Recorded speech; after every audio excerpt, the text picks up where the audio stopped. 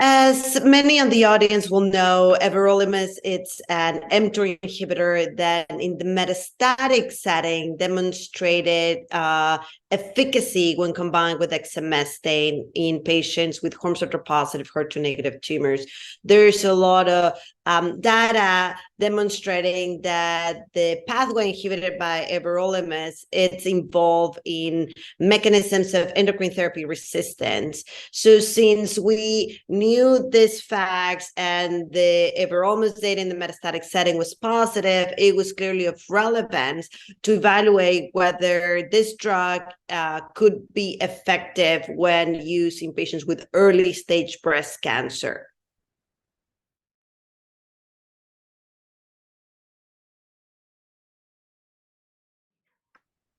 We designed a randomized phase 3 placebo-controlled clinical trial. This is a large trial that was done within the cooperative group network led by SWOG in the United States.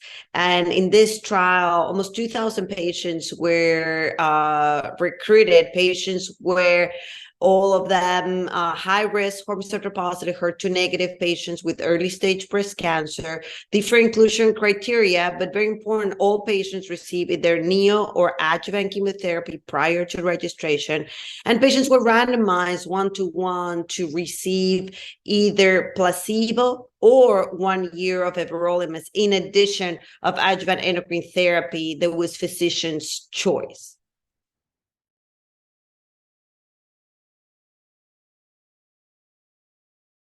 The main objective of the study was to determine invasive disease-free survival. Secondary endpoints were overall survival and safety, some of the main ones. And what we observed with almost 5 years of follow-up is that the addition of adjuvant everolimus did not improve invasive disease-free survival, overall survival in the entire population.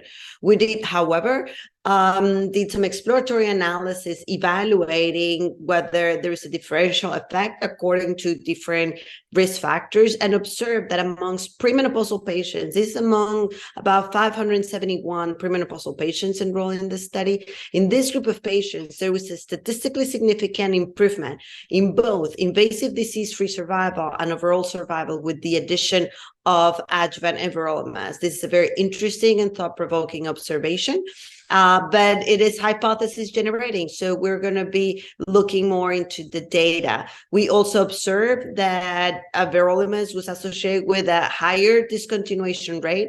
Our study had a high discontinuation rate, and most patients discontinue therapy because of adverse events. So we need to take that into consideration in terms of the tolerance of the drug.